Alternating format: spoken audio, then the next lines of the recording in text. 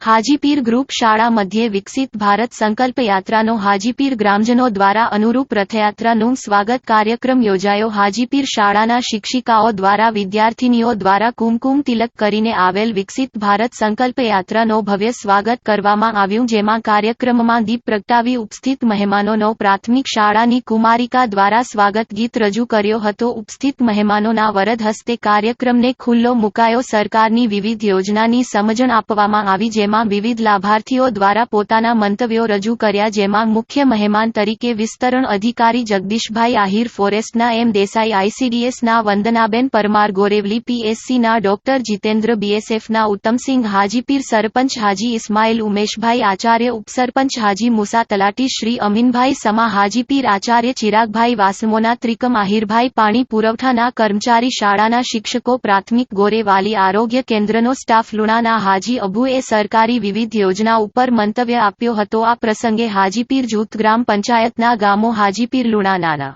મોટા બુરકલ ગામોમાંથી મોટી સંખ્યામાં લોકો ઉપસ્થિત રહ્યા હતા। ઇકબાલ, જાકબ, કાસમ, જુસબ, અબ્દુલ, તમાચી, અબ્દુલ, જીએજા, અયુબ, જીએજા, મામદદીન જત। કાર્યક્રમનું સંચાલન CHO પિંકીબેન પટેલે કર્યું હતું। આભાર વિધિ અમીનભાઈ તલાટીએ કરી હતી। છેલ્લે સૌએ આ યોજના અંગેના વિકસિત ભારતના સંકલ્પ 2047 સુધીના સંકલ્પ સૌએ સાથે મળીને લીધા હતા। રિપોર્ટર સૈયદ રજાક શાહ, ટોડિયા, કચ્છ।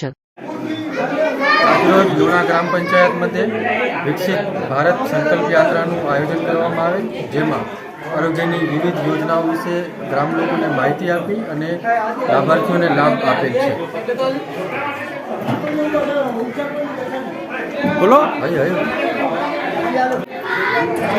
મારું નામ જગદીશ આહિર, તાલુકા પંચાયત ભુજ, સ્ટેટિસ્ટિકલ આસિસ્ટન્ટ।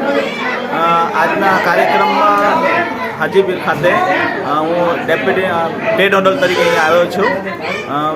મોદી સાહેબનું 2047 સુધી સંપૂર્ણ ભારતને વિકસિત બનાવવા માટેનું એક સ્વપ્ન છે અને તેનો સંદેશો ભારતના તમામ નાગરિક સુધી પહોંચે તે માટે 15 નવેમ્બર 2023થી લઈ અને તમામ ગામડાઓને આ સંદેશો પહોંચે તે માટે રથ જાય છે।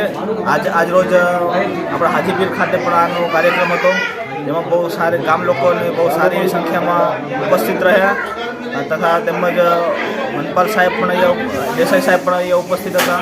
ગામના તલાટીશ્રી, શિક્ષકો, મેડિકલ ઓફિસરશ્રી અને અન્ય આઈસીડીએસના યોજનાના કર્મચારી તથા અન્ય પણ લોકો ઉપસ્થિત રહેલા હતા।